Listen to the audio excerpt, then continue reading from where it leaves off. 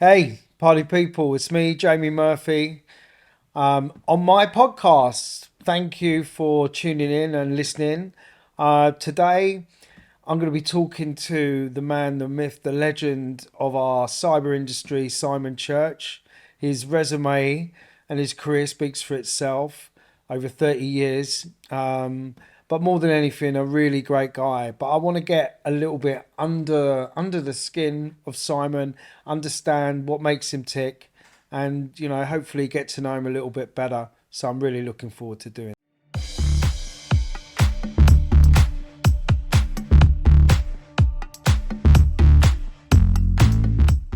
Well, this is exciting. Um, a new experience for us, Simon. Certainly very, very new with you talking to me as opposed to me talking to you, On the Jamie. Yeah, couch yeah, together, yeah. Scary. as we should have been. Socially distant, which is even better for me. Very, Yeah. The very, very. farther away I can keep from you, the better, I think. No, Yeah, I yeah. think that's the wise thing. Look, I'm really looking forward to today having a chat with you. Um, you know, Trying to find a little bit more out about you. I've known you for many years. Divulge all the secrets. Yeah. I'm not sure secrets, but I think what I'm trying to do, as I always do with these conversations, is to get to know you a little Hmm? bit more, to kind of find out what really motivates and drives you. Yeah. I think the industry that we're in, the corporate Hmm. world as such, kind of sometimes makes you hide behind really what are the Yeah. things that drive you, because it's not always about numbers Yeah. and figures. They're important, and I love hitting goals and Hmm? targets, but I think I'd love to hear a little bit more about you and Hmm? what drives and Sure. motivates you. And it's interesting because um, you know you look at your CV, your resume. It's a big one, isn't it? Yeah. 30 years. Yeah, just over 30 years. Yeah, if I count my year out in uni, I just spent a whole year out in industry. I think it's 32 years now. So yeah, long Wow. old time in tech degree, Lot, tech. Yeah, that's all I've done. Lots of stories. Looking Yeah, a forward few. to getting into some of those. But before I talk about a little bit about us Yeah. specifically, where did it all start for you?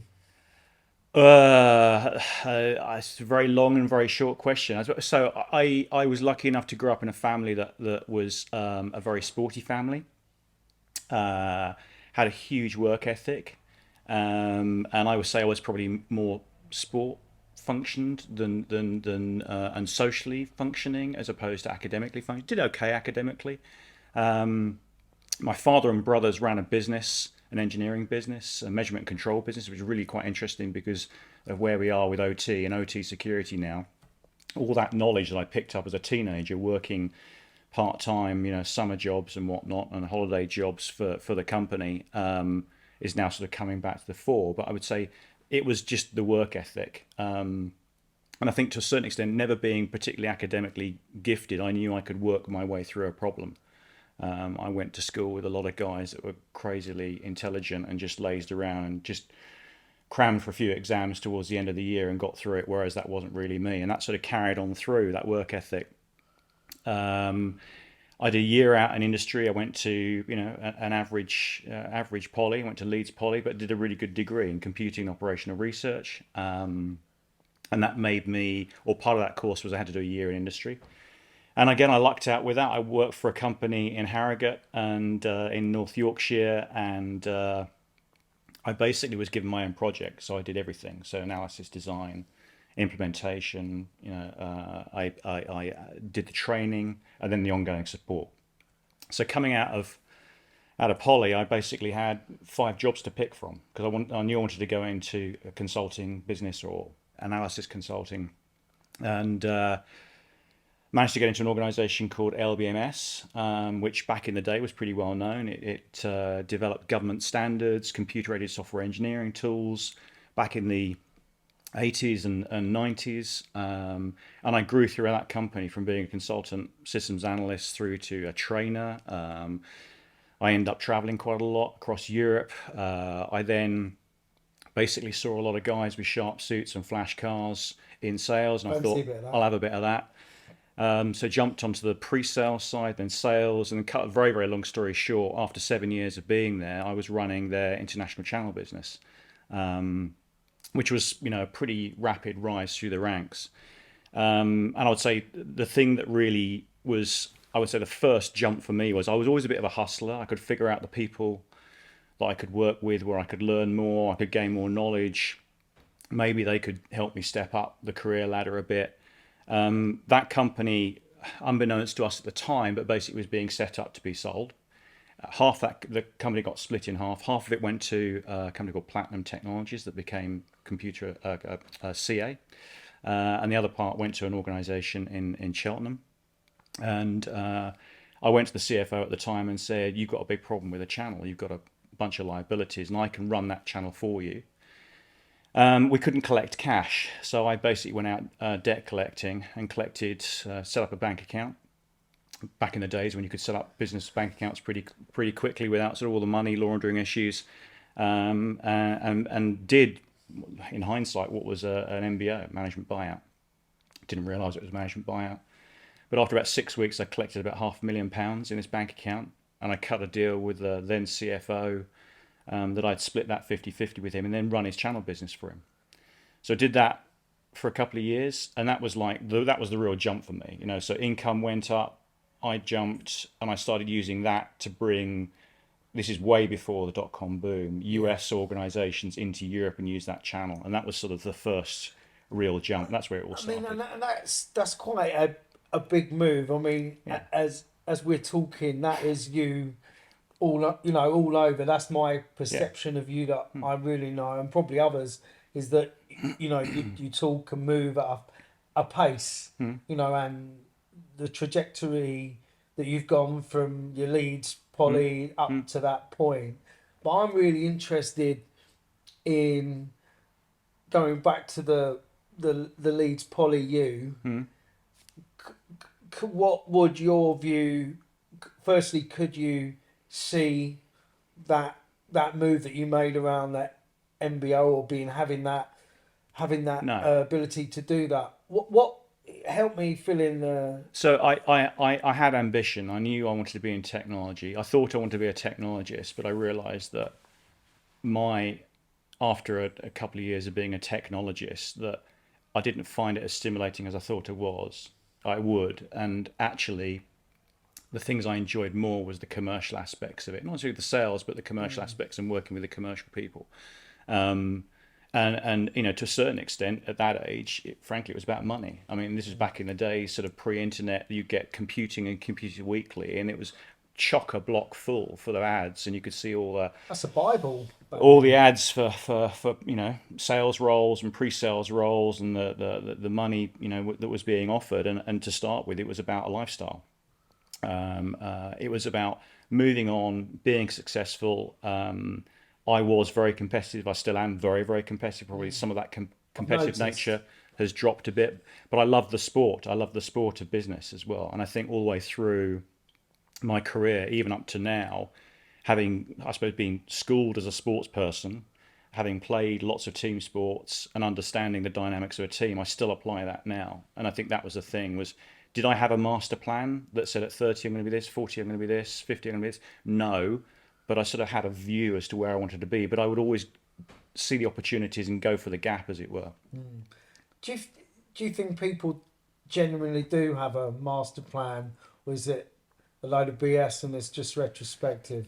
Is I that think I something you think I can? think I think some people do, and there's nothing wrong with having a master plan. But I think you've got to adapt, and as life moves on, and as I suppose family life moves on, there's different requirements as you go through that. So I can think of stages of my career where it bluntly made more sense to be around more for the family, because that was the appropriate thing to do and the right thing to do at that particular point in time, and not do other things.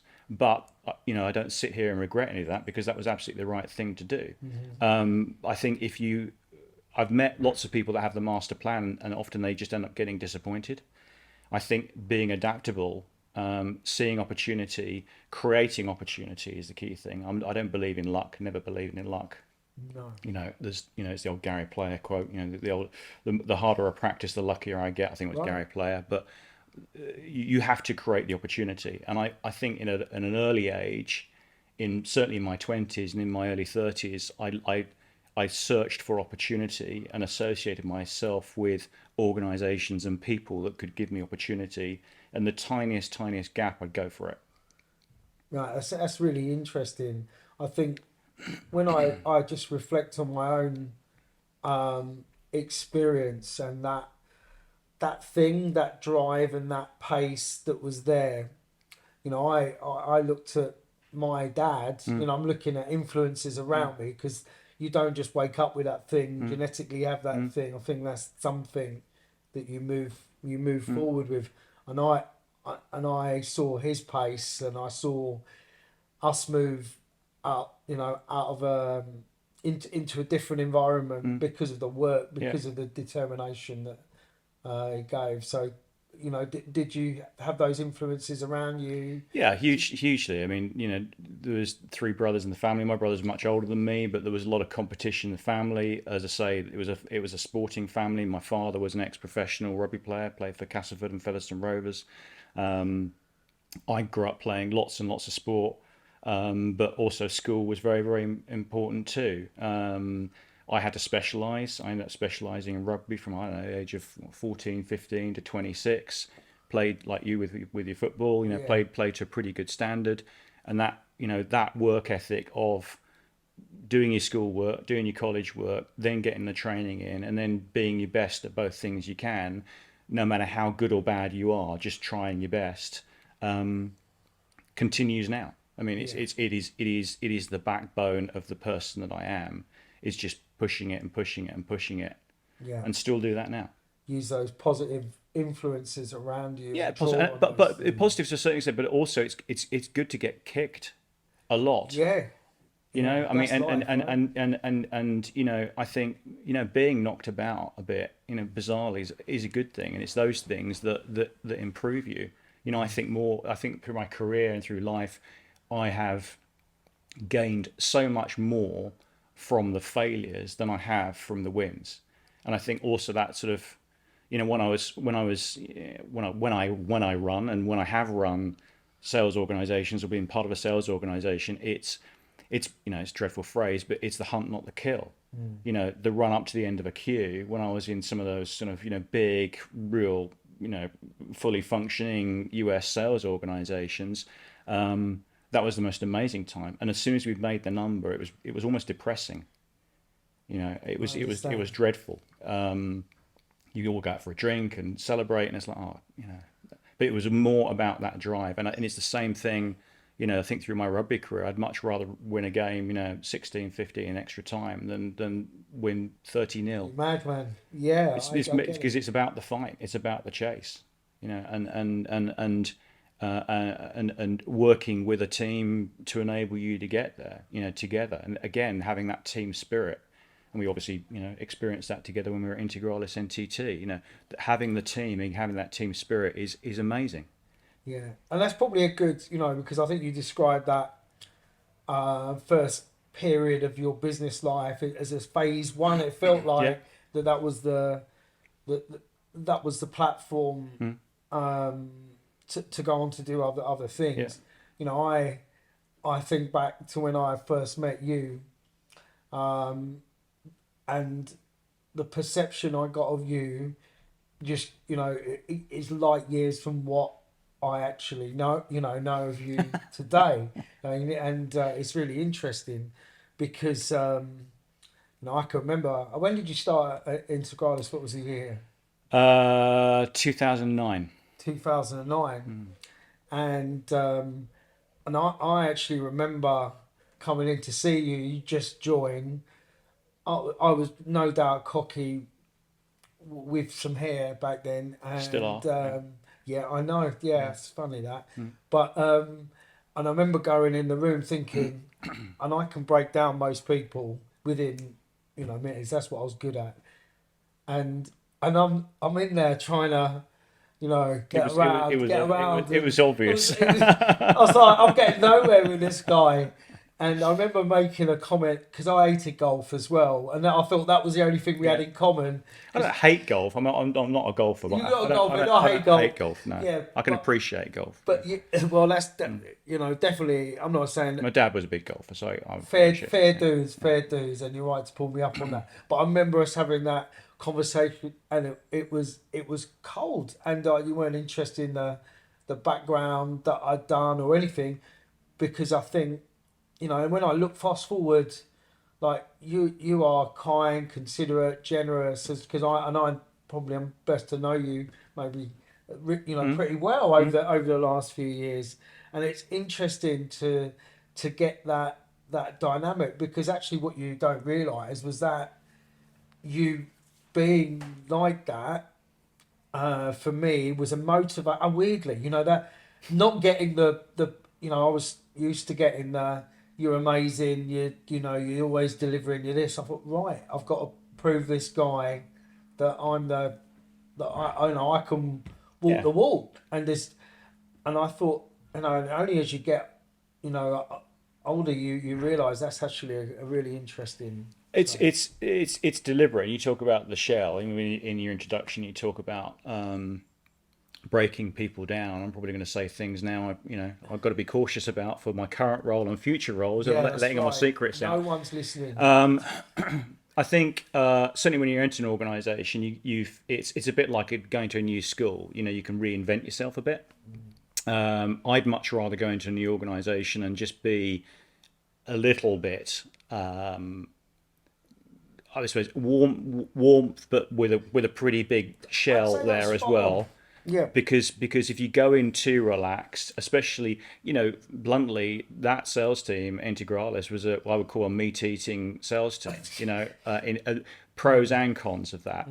So there was a degree of I had to control that environment because, frankly, at the time, that team was very good, but it needed a lot of controlling and probably didn't have the control that we needed in terms of the things that we needed to get to.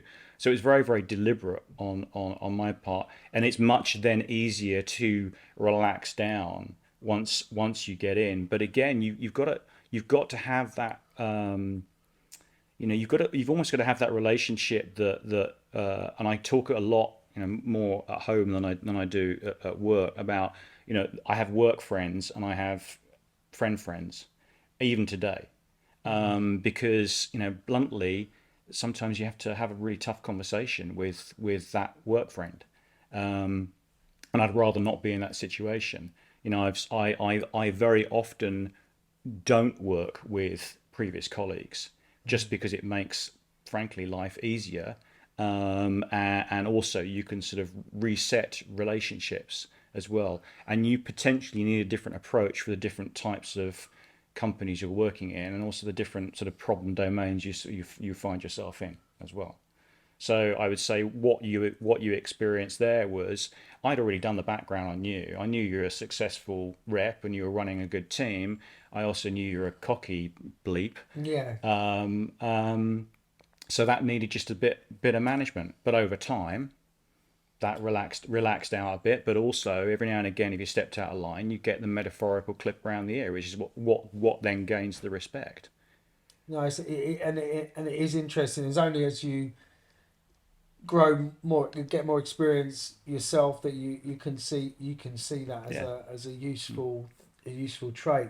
I think the thing that I've really battle with a little bit, and I'll be interested to get your view, is being authentic. Mm, And I think when you know, you hear or listen to either content or podcasts mm, or interviews around that, there's this big, you know, I'd say a little bit OTT on that mm, authenticity side, mm, because I think you can be private as mm. well, and that's something I've constantly trying to be, because I want to be myself all the Yeah. time, because there's nothing better than being myself, making decisions based on that, rather than, you know, you know, having an alter ego, which I think corporate life can Mm, build you into, mm, and it certainly did for me. And I was never happier than I am now, mm. being able to be myself. But how have you in a corporate environment or in a work environment? Let's just say I don't really like the word corporate. In a work environment, how does that? How do you get that balance right? Well, I mean, you have to have your underlying ethics, and I would say to a certain extent your underlying personality type. If you're going in, trying to fake a personality type, and if you'd sort of done any analysis and look at personalities over types, whether that be a formal training or just being a people person and understanding what makes people tick, it's really hard to fake that. So you have to be genuine. But I always and well, not so much during lockdown, but as soon as you close that door behind you, my attitude is I'm on the clock. And I would say to a certain extent I have a work personality. I mean, what my kids and wife see of me is very, very different to my work personality, but yet you'll still see that in the in the working environment. I tend to be as formal as I need to be, but I also realise that the business that I'm in is a people business, it's a social business, it's a trust business. But also you need to be cognizant of the fact that not everybody is aligned with your way of thinking and your personality type, and there's pros and cons of that. I mean, getting the best out of a team, for example, is about marrying multiple personality types. How I deal with that is, I suppose, as I say, the front door of the house closes. I leave the house metaphorically, or I go into my home office, or whatever it may be, and I'm still being genuine, but there's a role that I have to play. In the same way, to a certain extent, I'm playing a role when I'm a dad, a role when I'm a husband, a role when, you know, I think a sports person, that's a whatever it may be. cool Yeah, that's a cool analogy because as you're talking, I'm thinking about um, being a football man, looking at a coach yeah, analogy, where probably Antonio Conte, the Spurs coach, is probably different around the breakfast yeah, yeah, table absolutely. than he is when he's trying to tell Harry Kane not to take Mm, corners. mm, And it's a different mm. a different outlook. That still doesn't mean he's not No, authentic. It just means he's dealing with different yeah, people. and frankly, if you are inauthentic, that will come through very, very quickly. And again, Mm. it comes down to the fundamentals of humanity, and trust is one of those things. Yeah. If somebody's being fake, you're going to spot it at a thousand paces. You Tossers know, come out in the wash, don't Yeah, they? absolutely. So that's the thing you've got to be true to your core values, and you've got to be able to stand up and stand by those. And I found myself in situations where, in some work environments, it just hasn't worked out because it doesn't align with my way of thinking. So I've made the decision and qualified out and walked. Mm. I do love a cock up. Now, come You've had on. many of them, I've so had loads of them. I've had a few bumps. That'll be, I'm sure, covered on another episode because that needs its own thing. But I'd love to hear about yours because you've got this kind of steely, you know, come on. What's the biggest cock up? there's been hundreds, thousands. Let's say you Yeah, learn. I said that yeah, earlier. one There's that I don't yeah. know about. There's a lot of those as well. Uh, it's interesting driving up here today. I was sort of thinking about I had a hunch you'd ask me about cock ups, and you mentioned you might be asking about. I would say the things early in my career that I screwed up that's helped me now, as it makes sense, is I yeah, back in LBMS, which was my first role, I found myself in this international channel role. Um, uh, Over time, a lot of the other guys and girls on the team were sort of taken out. It was left me, and I basically had Europe to look after, but I also had what was the recent Eastern Europe. The wall had come down only a few years prior, with a lot of activity sponsored by the EBRD, European Bank for Regional Development, in Southern Africa, and specifically in South Africa.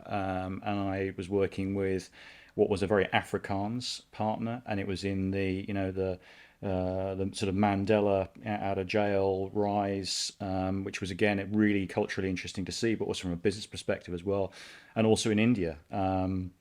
where the market was being hugely deregulated. And I can remember going to data centers that were quite literally in chili fields, and they were, you know, having the most amazing technology in there, and they were doing a lot of Y2K work there, Yeah, little shiny stuff going on. recoding, and they had better response times in, you know, a field outside of Bangalore, which still was there, it was a really really small, you know, town, than the guys had on the, you know, the IT team had, you know, one floor above the trading floor. It's quite unbelievable. So, but that was amazing because it was a bit like a gold rush.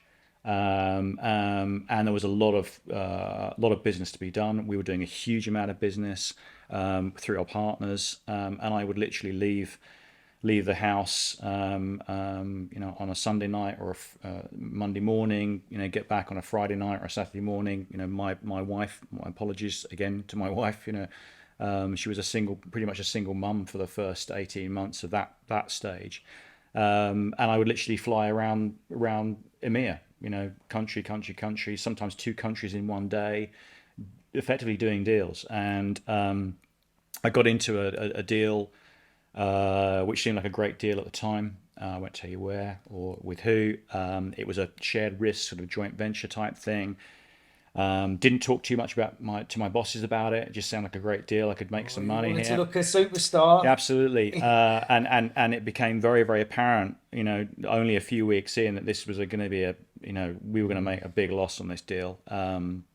And I think they worked me over a bit as well. They could see I was a bit of a, you know, Yeah, still a bit bit of that, keen. bit too overly keen.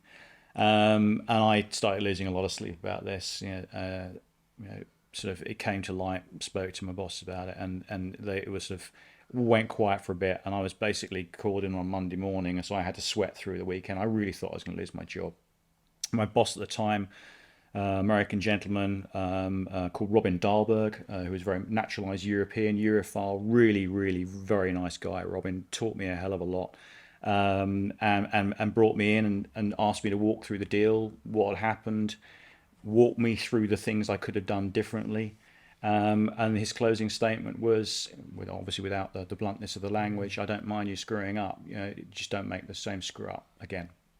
Um, and I've used that phrase a ton of times, and sometimes I've let, you know, people that work for me, you know, metaphorically crash the car into the tree because they need to do that. I know they're not going to kill themselves. I know the airbag's going to go off, metaphorically speaking, but they need that rattle, and that was probably one of the first big rattles I had. And I also, the leadership that Robin, you know, gave me was very very strong, and really really hit home. So I there you mean, go. that's a cock ups are a funny thing because you have to Yeah, learn from I them. stood. My toes still curl on that one because they just these guys just saw me coming. I was just done, Yeah, fast and done. it's funny, you know, because those are the things that stick in you, and as you say, the important thing is to learn from. And I Mm, felt when I was early on, and I still made loads of cock ups, but I do remember one that just springs to mind, and it's slightly off the doing a deal thing that you talked about,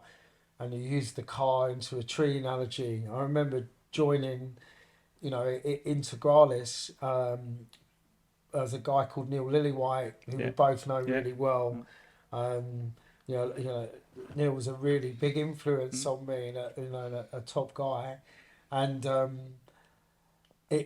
remember coming in and just joined. I just joined from a vendor called Crossbeam, and it was at a time where I think that Integralis were going mm, through some changes. So, you know, culturally different. You know, Neil's great guy for coming in there and shaking things up. And I was brought in. I think everyone was very skeptical of me coming in, being one of mm, Neil's crew, mm, as you would often mm, be. And the thing he said to me was, you know, keep it cool, keep it under the yeah. radar. And I think it was the first week I was in my car in the car park and reversed and hit. I think it was one of the fleet cars within the first week, and having to go. And I remember that conversation. That is a typical, you know, little thing. Yeah, But nicely under the radar. Yeah, well done, yeah, Jamie. Well yeah, done, yeah. Jamie. But good stuff. So, just drawing on something a little bit more, I guess, a more serious Mm. side. What's the, you know, the hardest thing? What's the toughest thing that you've had to overcome um, you know, in business? Uh, Well, the there's, toughest thing there's, you there's, there's, faced. there's, there's, Sorry. oh, there's been, I mean, uh, I think letting folks go is always really, really, really hard, especially letting a well-performing person or team go. That's awful. And even if it's an underperforming situation, it's still an awful thing to have to do. Um, I think sometimes when you're asked to, let's say, toe the corporate line Mm, and you don't agree with it and you've got to get a bit corporate, that's pretty tough. Um, Constantly tough, I would say, is work-life balance. The sacrifices family has to make because I have to do what I do. And I've certainly had times in my career when that's been really significant, and the balancing that out. I'm a firm believer of what I call the triangle of life. I don't know if this is a thing or not. One side of the triangle is work, the other side is family, and the other side self. yeah. I had a lot of times when my triangle was very obtuse. Completely Right. flat, all work and not a lot else. And you convince yourself that's for the good of everything. Sometimes it's not. Sometimes it is. But I would say that they're the three things that spring to mind. It's making very tough decisions. If they're the right decisions, it's easier. Yeah. If you don't feel they're the right decisions, that's incredibly hard. I think that was the thing I would, I have to make tough decisions every day being a business owner, but I feel that at least they're decisions that I can, Yeah. as Mm. as harsh as they can be, and they're decisions I can make. Yeah. And that was probably for me the toughest thing was, mate, as you say, the toeing the line Mm. element was always difficult. You never And did that anyway. no, I Mm. know, but I'll Mm. pretend on Yeah. Yeah. this Yeah. Mm. podcast. But no, I get that. We talked a little bit about Mm. mentor and good guidance, Mm. and um, talk to me. Mentoring is again one of those things that I think is being dined out on a little bit. Mm. It at the moment on social Mm. media, and I think generally Mm. it's really hard because I think there's bits you can get from lots of different people. Mm. So I'm interested to get your take on mentorship and the positive mentoring that you Yeah. and what stood out for those people over others. I mean, in hindsight, I was incredibly lucky that I had mentors that I probably didn't realize that I had Mm. mentors, and I think that's always the best mentor in my in I my couldn't agree more. in my Yeah, I experience. I agree. mean, when I've been asked to mentor, when you have to mentor, yeah, you can certainly do It's that, like but forced fun, isn't it? well, to a certain extent, yeah. I mean, yes and no, and I think that's part of your role when you become, move into management, into leadership. That's all part of the role is getting the best out of people. Getting the dynamics right. But certainly earlier in my career, I had some amazing men. Obviously, I mentioned Robin Dahlberg early Yeah. on, LBMS. Another guy there called Mark Sherratt, who was an ex rugby player, Welsh rugby player, from a pretty senior level. Just we saw eye to eye. Frankly, he calmed me down. He directed me a bit and just calmed me down and got me going in the right direction, like almost like a bit like a rugby coach. There was raw talent there, but it was being sprayed all over the place. Um, um, Stepping from LBMS into the next company I went to, so I did my MBO thing for a couple of years. The CFO of LBMS, who I would then work with through that time, and then brought me into a company called Mission Critical Software that was like crazy through the dot-com boom, IPO, secondary. I went through, I ran Europe, grit hugely. A guy called Steve Odom, Texan guy, just took me under his arm and again just directed me and was almost like a father-like figure to me. Really, It's very good. fantastic guy. But again, just calm me down. All these people have given me what I call my nuggets of gold. Sometimes I remember them, sometimes I don't. But in appropriate situations, I can say a phrase that one person or the other person said to me. And then moving on, when I was at VeriSign, definitely a guy called Chris Parsons. who was a very wise guy in many ways. But again, just helped me out. And then latterly, a guy called Mark McLaughlin, who was the CEO of Palo Alto Networks, who to a certain extent, when I became COO and CEO of NTT Security, I was always pretty close to Mark. We did a lot of work with Palo Alto, but also there was that heritage there. And again, he just sort of helped me. I mean, for dinner every now and again. It was business, but then we'd always have a chat afterwards. And his right hand man, Mark Anderson, as well. Right. So those two guys at Nice. Power, thank you guys, because it was just that wisdom that I could sort of talk.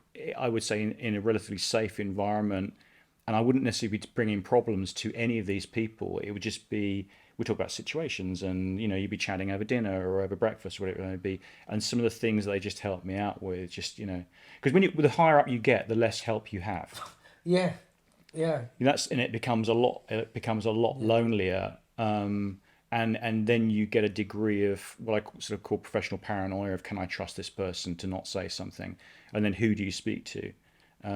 That's always quite tricky, I think. Then it becomes a bit of a peer group thing, and I can think about situations when I've been much further on in my career where I can think of people that I've worked with or have worked for me that are now in really significant positions. And I can remember another situation which I'm not going to talk about with a guy that just gave me a bit of a shake, and it was actually I needed that. I needed a big kick, and that happened to be fairly recently.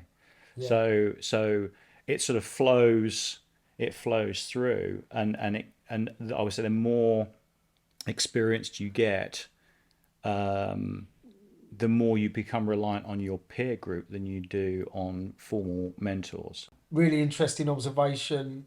And you looking back, I think my kind of take on that is around mentorship. Is that the consistent theme seems to be, people giving you time, Hmm? and they're people giving you time, not necessarily looking for anything really back. Hmm? Even people having dinner with you Hmm? about work, that Hmm? people don't have to do those things. Hmm? And for me, I think that that's something that I can draw on as well, because actually mentoring isn't a person telling someone they're right or wrong or what to do. It's actually a collective of influence and people around you who will give you the time. Hmm? That's what I believe, and I think my kind of my sort of takeaway on that is spend time with people that make you feel good about being around them. Yeah, I wouldn't say Um, it necessarily make you feel good. It's sometimes good to be corrected and redirected, and yeah, you need a kick up the backside. And sometimes if your ego gets in the way, you often need somebody just to bring you yeah. just Do you back know? down to But I reality a bit. think good can Yeah, be also like yeah, someone who goes, "Come on, Jamie," yeah. and I'm lucky that Mm, I'm blessed. I've got people mm, around me who, when I say, I think when if I look back 20 years ago, someone who made me feel good was literally someone who told me I mm, was great all the time, yeah, and that isn't what makes me feel no, good now. What mm, makes me good now is transparency and honesty, and actually someone giving you that time. mm, So the definition of my good's probably changed. mm, Um, whereas my good, whereas just someone telling you you're yeah. great. So I think that's important. I think I think it depends. It depends where you are and what you're doing, especially if you're going into a new role. Sometimes you do need that guidance. For somebody that's done that before, going into new areas, you need because there's often an assumption that somebody who's a really strong there's many times somebody who's a really strong individual contributor, you assume naturally because they're a great individual contributor they can be a great manager, a manager of people, and often they're not. And because you've been a great I don't know SVP sales, you can naturally step up to be a COO or a CEO. But that's often not That's not the not the case, case. and also not what it's something maybe you feel like you have to do Yeah, rather than. And I remember being told yeah, that don't worry, Murphy, your next gig you'll be running this up here. yeah, I'm thinking I know I'm not maybe Yeah, interested in that bit. yeah. I think it's good. So I think you often have the answers, but you don't realize you have the answers, or Yeah, you don't trust the answers. And it's a combination of I would say time in the saddle, understand the process, and natural capability. I used to say that a lot about salespeople. Those three things are critical. If you've got two of those three, you're going to be pretty successful. Three of those three, you're going to knock it out of the park. One of those three, forget about it. mm. And I think that applies actually to most roles. And having working with somebody, so theoretically, a CEO should be working with a chairperson, and that chairperson should be helping that CEO develop and go to the next stage. I remember when I stepped up at NTT Security from being COO to CEO, and Luke Lewis, who is the chairman of the board, who is a long time NTT guy. I said to him, "So what do you want me to do?" And he said, "Just make decisions. We don't care what decisions you make. Okay, Just make them. Sorry. try and make more positive decisions than negative decisions, but just make. You need to move the business on, and that's why I want you in that role." And I swear, for the first six weeks, I was a random decision generator. And That sounds quite fun. you'd listen, and you trust your gut a bit, and sometimes you would go back to Luke or somebody else and have a conversation, but it was literally make decisions because the business just needed to move.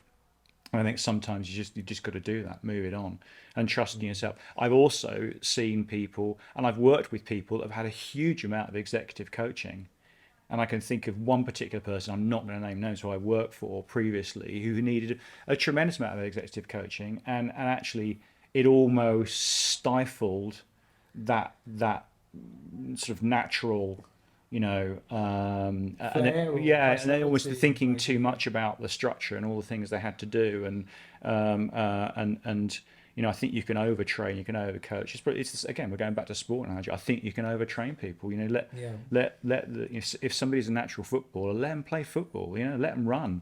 Let them yeah, kick the ball off the pitch and run after it. And I think that's to a certain extent that's the same with bringing people through an organisation. I'm a massive advocate for giving people that rope. I want to seem excited by it, probably a bit nervous by it, not quite sure what they're going to do with it, with regards to delegation. But it's my job to make sure they don't hang themselves with it. But delegate, and then let people go run, because you'll get the best out of people because of that. oh, for sure. The most rewarding part of what I do is seeing people develop. Yeah, And that's overtaken my own need to yeah, develop, and that becomes more yeah, important. yeah, Which is, that makes me feel good. yeah, That's yeah. the sort of thing And that is same for me. important. It's great to see people grow.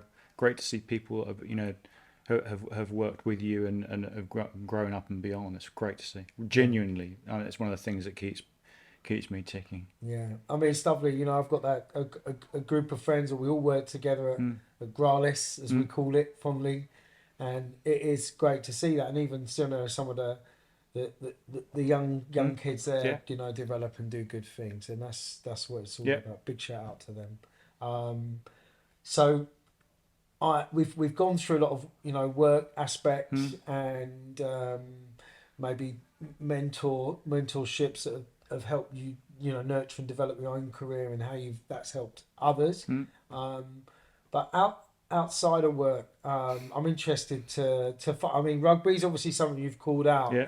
but big thing for me, Simon, as you know, is music. Mm. What's the first record that made you dance?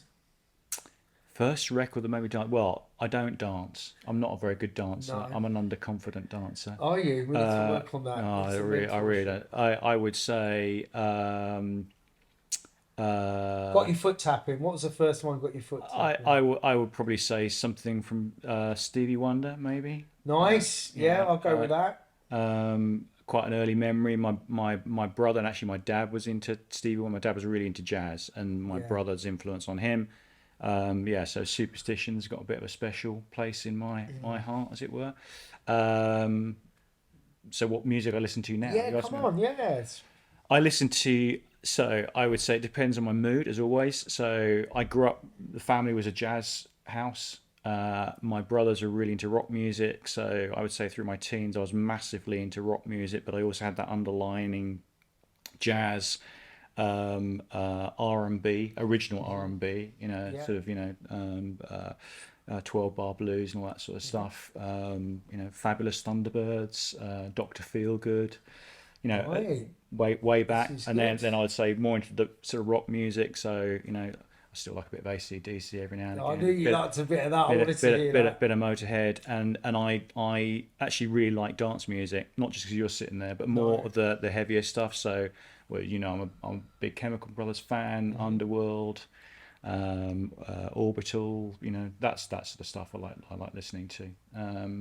But yeah, there's little bit of underlining sort of jazz funk, bit of Bowie in there as well. So yeah, it Nice depends. It's eclectic. I think it's I think you find yourself getting labelled, um, and I would say my musical taste has definitely changes over time, and also depends on my mood. I mean, my wife and actually my kids have been a huge influence on my musical taste as well. So yeah, good music is good music. I can appreciate good artists as well. I don't like manufactured music. Can't stand it. So yeah, try and stay away from that. Simon, any regrets? Um, Do you know, fundamentally, I'm a firm believer of there are no such thing as regrets. I said that about luck. There's lots of things I could have done better, but that's in the past. Hopefully, I've learned from that, and I can only improve from there. It sounds really, really cheesy, but I don't beat myself up for not doing something. No. There's just no point, Is that something you developed though over time where the fear maybe? I suppose it has. I suppose I have developed a bit. I'm probably I could list out a whole bunch of regrets, but ultimately, it's wasted energy. As long as I've learned from that, and then I can apply that to improve myself going forwards. I'm really big into. It sounds dreadful. It sounds really weird. Into personal continuous improvement. Mm. And my family sometimes accuse me of brainwashing them or myself, but that's me mirroring back on myself, saying, right, I felt like that last time around. I'm not going to feel like this time around. This is why I'm not going to do that. So I'm thinking about that a lot. And again, back to my sporting heritage, I do a lot of mental imagery. Yeah. Not quite as bad as that, Alan Partridge, Death of the Salesman, calling himself a tiger in the mirror. Ah. But that sort of stuff, just and we all have doubts. Everybody has doubts. You're not natural if you don't have doubts. And I Hmm. think doubts actually makes you a stronger person as long as you don't let the doubts get on top of you. So, no, I can honestly say no regrets. Oh. Mm. I can say regrets, but I'm not going to allow myself to say, because there's nothing I can do about those now. Yeah, I I can think. make amends by sort of saying I'm sorry, or I should have done it this way, or I wish it, shoulda, coulda, woulda. This is almost no point. No, and I think that's only natural Yeah, that to feel there's things you could have done better. yeah. But I'm pleased that there's no regrets there. And listen, I really appreciate your time. Love talking to you as always. Could do it for hours longer, and I hope you enjoyed it. Well, next time we should do it over a beer. But thank you. Man, it's way too Yeah. early for that, but I like your style. Thanks, Jamie. Cheers, Very mate. nice to speak to you. Thank Pleasure, you. man.